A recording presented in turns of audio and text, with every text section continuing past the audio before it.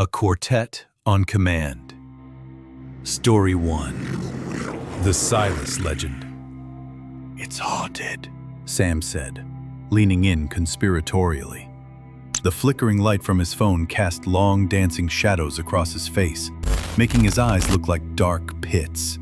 "Seriously, there's a legend about a guy named Silas, worked here 100 years ago when it was still the Blackwood Mill." Liam rolled his eyes, the sound loud in the cavernous, dead air of the abandoned building. "Every derelict shithole in this county has a ghost story, Sam. It's local ordinance." "Not like this one," Sam insisted, his voice still a low hiss of excitement. He swept his phone's beam across the vast, open floor, illuminating skeletal machinery draped in thick cobwebs that hung like funeral shrouds. Silas was a loner, worked the night shift. They say the foreman, a real bastard named Abernathy, was always riding him. One night during a full moon, the screaming started. When the day shift came in, Abernathy was gone. They found pieces of him caught in the main gearing mechanism.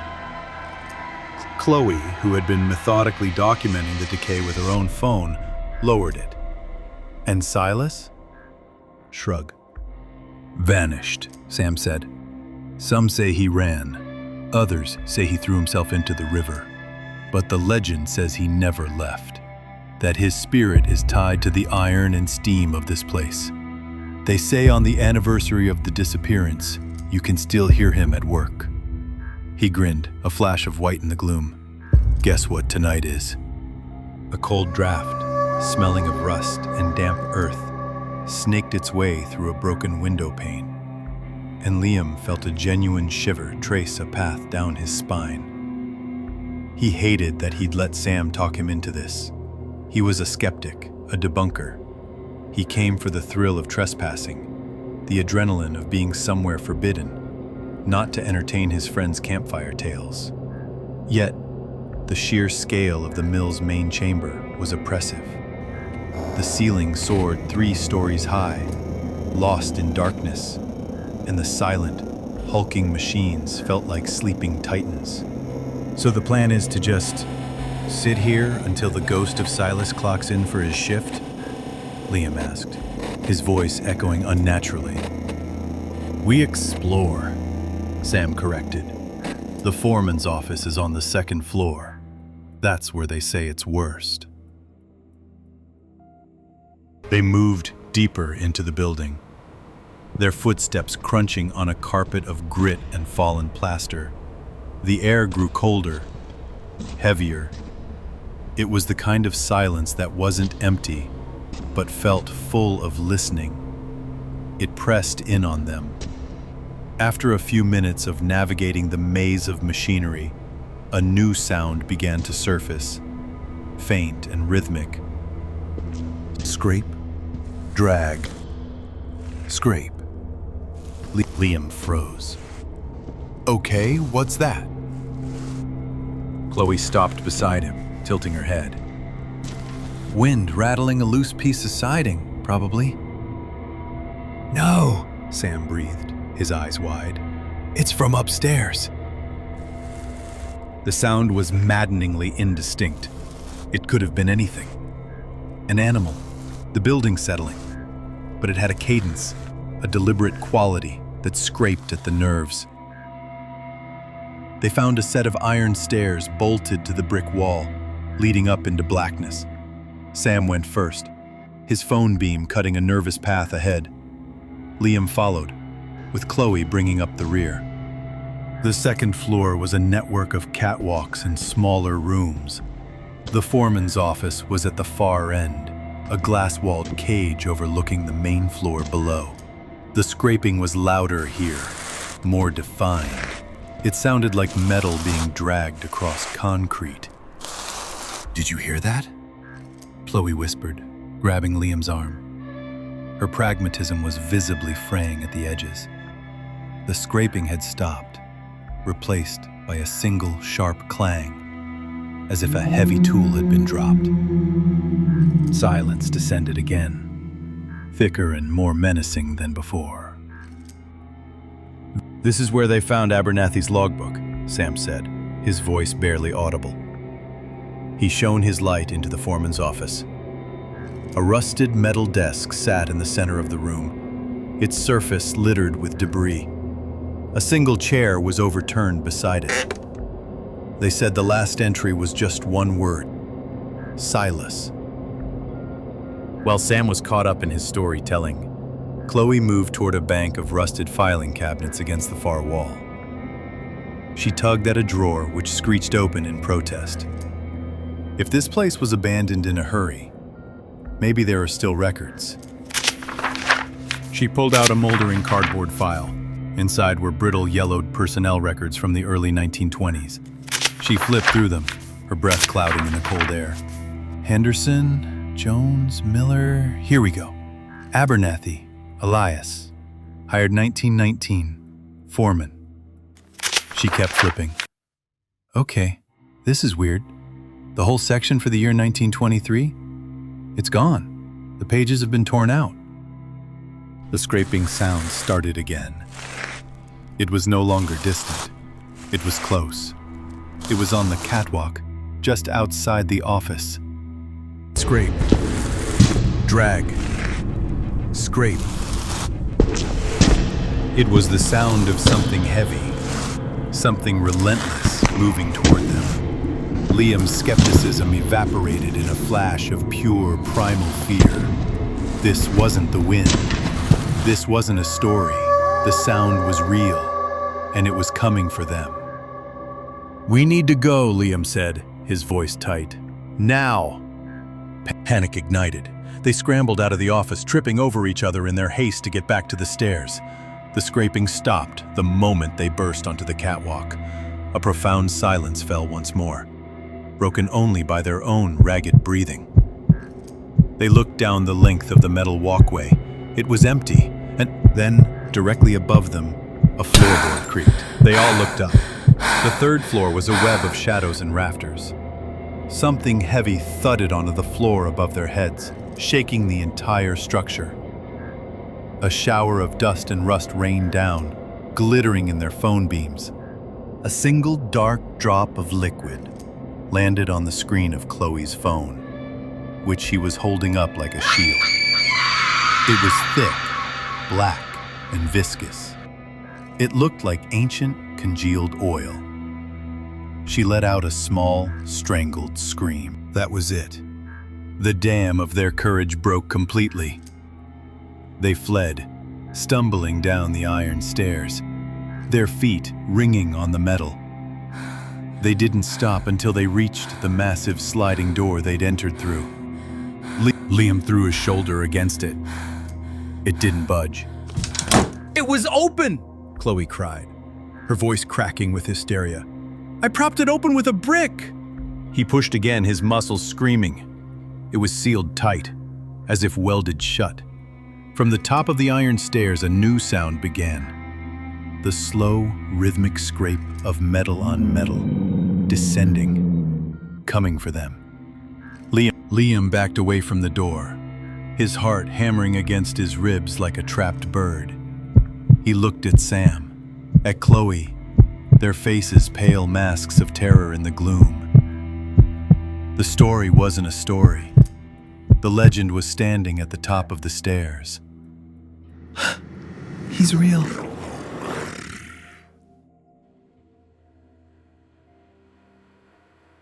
Story 2. The Last Photograph.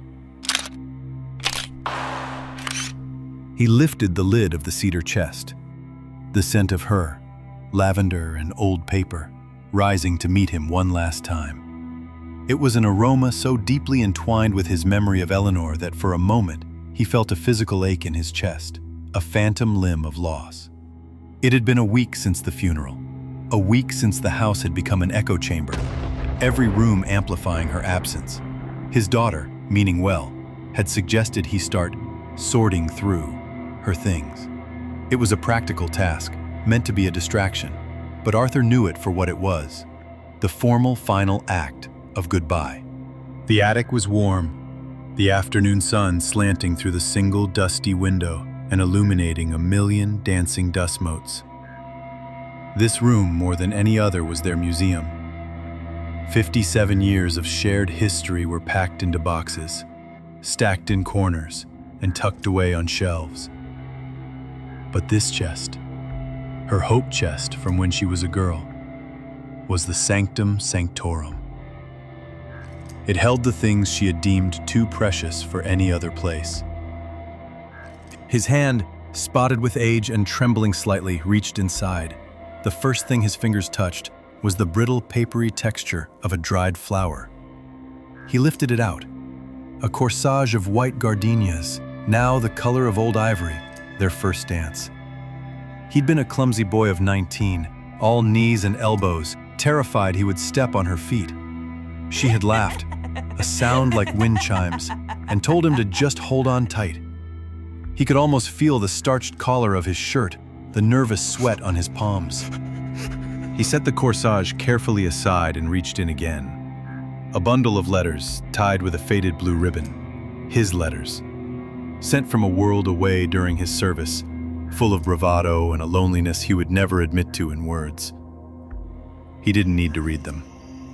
He remembered the desperate act of pouring himself onto those thin, translucent pages, trying to bridge the thousands of miles between them. He ran a thumb over the ribbon.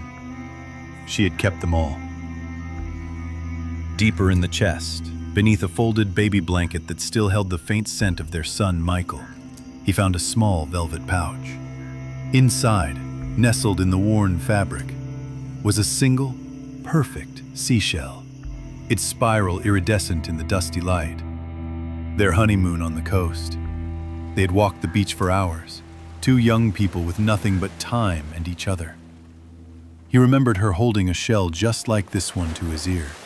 "You can hear the ocean, Artie," she'd said. "It's telling you all its secrets."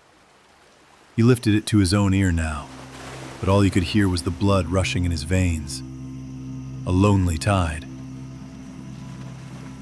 Each object was a key, unlocking a room in the mansion of his memory. A ticket stub from a foreign film. The Riviera. You always hated the subtitles. He could picture her beside him in the dark theater, her head on his shoulder, her hand tucked into his. A child's drawing of a lopsided house with two stick figures holding hands under a smiling sun. Michael, age 5. He thought he had reached the bottom of the chest, the smooth cedar base, but his fingers brushed against something hard and plastic. He pulled it out. It was a cheap, disposable camera, the kind you bought at a seaside gift shop. He stared at it, frowning. He'd forgotten all about it. The memories it conjured were more recent and therefore sharper, more painful. Their last anniversary trip, just a few months before the diagnosis that had stolen their future. They had gone to a small lake house, a quiet, final retreat. They had been slow, gentle with each other, every moment precious. He remembered buying the camera, a silly, impulsive purchase. He didn't even know if they had used the whole roll. A strange feeling, a mixture of dread and a desperate, foolish hope, took hold of him. He carefully placed everything back into the chest, except for the camera. He closed the lid, the scent of lavender and old paper sealed away once more. The next day, he took the camera to the 1-hour photo kiosk at the local pharmacy. The young woman behind the counter looked at the dated object with mild curiosity. "We can still develop these," she said, "but it might take a day or two." Arthur nodded, paid, and left, the little claim ticket feeling impossibly heavy in his pocket. For 2 days, he existed in a state of suspended animation. He moved through the motions of his life, making toast he didn't eat, watching news he didn't absorb, all while a part of his mind was waiting. What would be on that film? Faded landscapes, a picture of a half-eaten meal, or her? Would he have to see her smiling face, healthy and vibrant, and live through the loss all over again? When he finally went to pick up the envelope of photos, his hands were shaking so badly he could barely sign the receipt. He didn't look at them in the store. He drove home, parked in the driveway, and sat in the silence of the car, the engine ticking as it cooled. He opened the flap. The first few photos were exactly as he'd feared. A blurry shot of the lake, the dock, the little cabin. Then a photo of their dinner, 2 plates of fish and chips. He flipped through them faster, his heart sinking. They were just things, empty scenes. And then he reached the last one. It was a photo he didn't remember. It wasn't taken by him. It was a photo of him. He was asleep in a big armchair by the cabin window, his book fallen into his lap. The early morning light was streaming in, illuminating the side of his face, his white hair a soft halo. He looked peaceful, content, loved.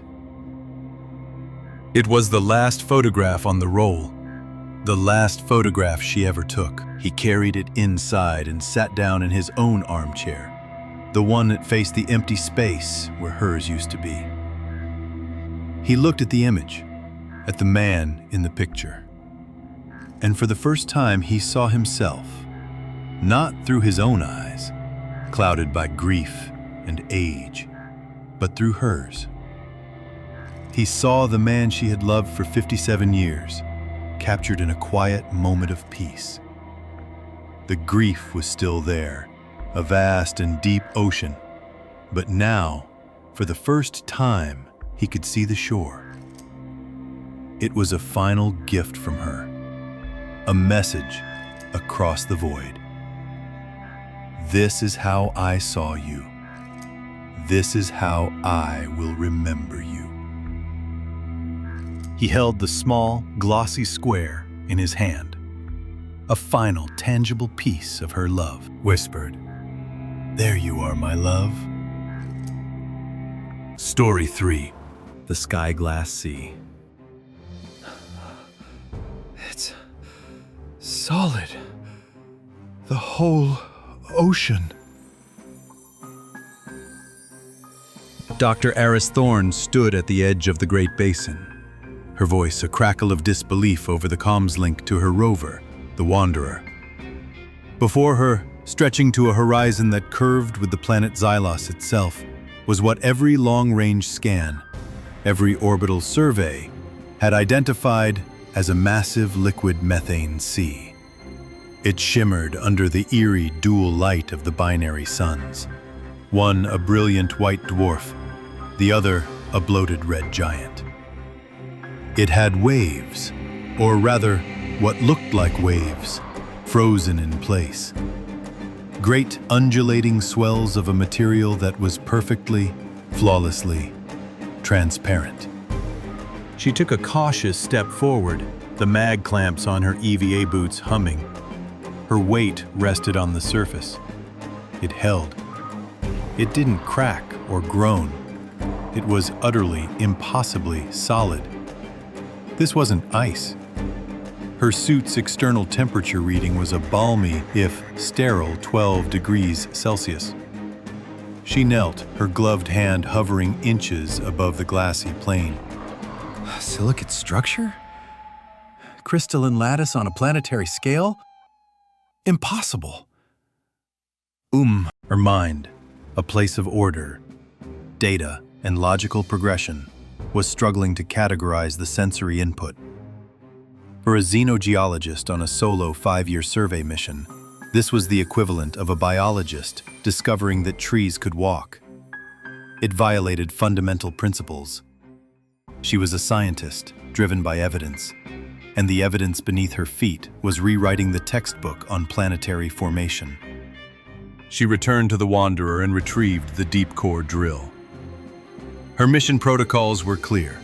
When encountering unique geological formations, obtain a core sample. The absurdity of applying that directive to a solid ocean was not lost on her. but procedure was a comforting anchor in the face of the sublime. Back on the glass sea, she positioned the tripod and activated the drill. The diamond-tipped bit whined to life and descended. The moment it made contact with the surface, a strange thing happened. There was no grinding, no dust, no shards of displaced material. Instead, a low, resonant hum emanated from the point of contact, traveling outwards through the solid sea. It was a pure, harmonic tone, like a tuning fork struck on a cosmic scale.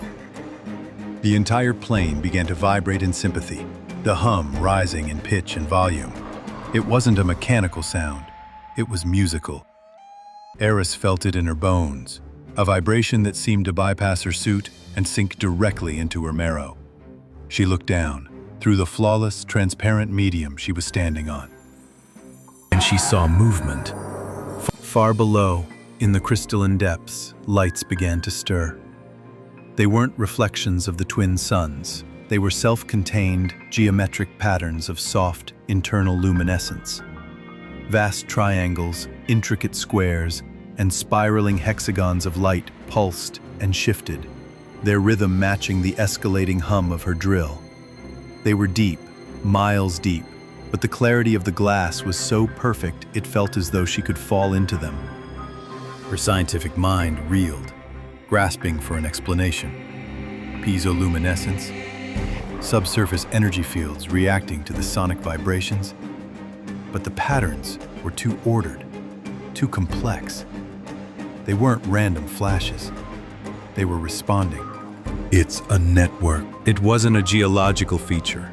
It was a single, contiguous entity. The lights were not in the sea, they were the sea. Or at least they were its nervous system. A silicon-based life form so vast, so alien, that her species had mistaken it for a body of liquid. Her drill wasn't taking a sample. It was performing an unanesthetized biopsy. The harmonic hum wasn't a byproduct of the drilling. It was a cry of pain. She slammed her glove onto the emergency stop. The drill fell silent. The planetary hum faded, leaving a silence that felt more profound than before.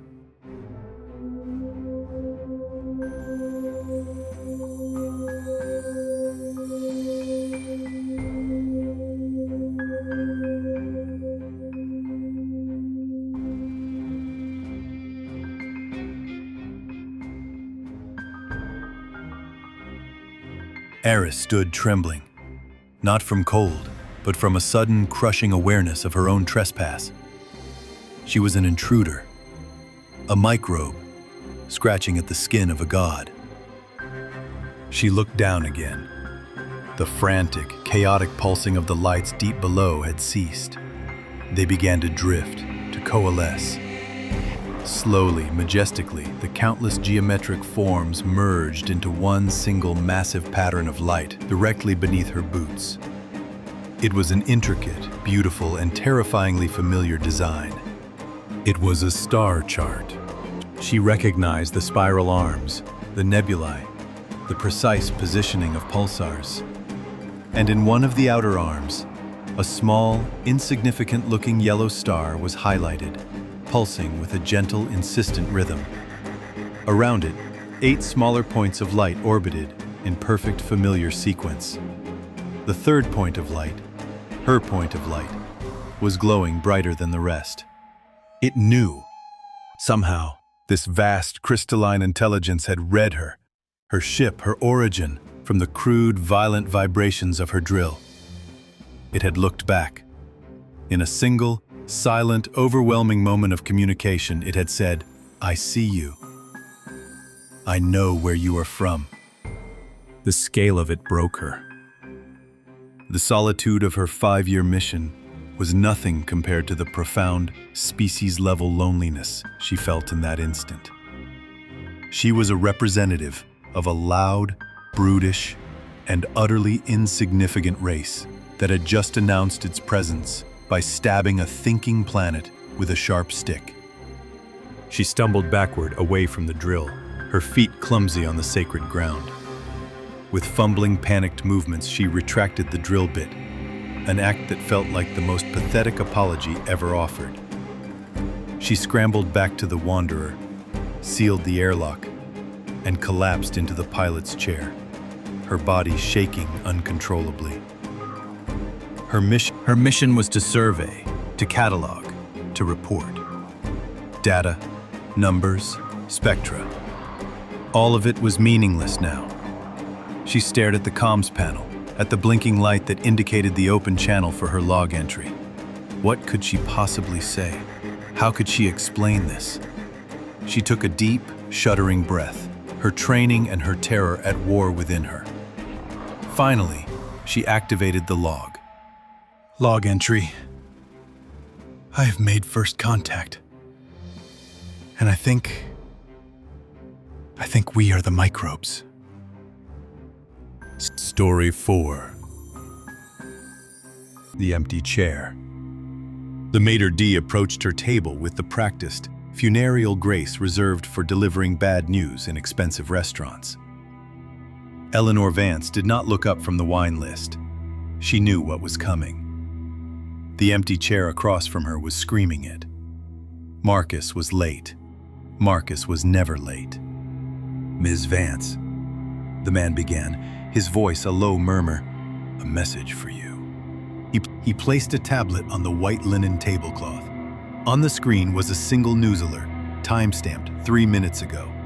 Her competitor, Omnicorp, had just announced a merger with the European tech giant Cygnus. It was the very deal Eleanor had spent the last 6 months of her life building. The deal she and Marcus were here to celebrate closing. The press release was flush with details, proprietary data, strategic plans, financial models that only one other person on Earth could have possessed. Eleanor stared at the screen for a full 10 seconds. The ambient noise of the restaurant, the clinking of glasses, the murmur of conversation, the soft jazz, faded into a dull roar. The shock was a physical blow, a white-hot flash behind her eyes. It was followed almost immediately by a stillness so profound it felt like the temperature in the room had dropped by 20 degrees. The hot rage she should have felt was instantly sublimated, burned away into something harder, colder, and infinitely more dangerous. She looked up at the maitre d'. Thank you, Jean-Pierre. Please have my car brought around. I won't be staying for dinner. She walked out of the restaurant without a backward glance. In the back of her town car, speeding through the glittering canyons of the city, she didn't rage. She didn't weep. She began to work. She tapped a sequence on her secure phone, bypassing her usual executive assistant and connecting directly to a number that didn't officially exist on any company directory. "It's me," she said, her voice perfectly level. "I need you and Hassan, my office, now." Her corner office on the 80th floor of Vance Tower was a sterile sanctuary of glass and steel. The city sprawled below, a river of light, utterly indifferent. She stood at the window for a moment, looking down at the empire she had built. An empire Marcus had tried to burn. She walked to her desk, her movements precise and economical. She didn't turn on the main lights, preferring the cool glow of the monitors. She sat down and made her first call. "Get me everything on the Phoenix account. And find out where Marcus is." Phoenix was the internal code name for the Cygnus merger. Within minutes, her private network came alive.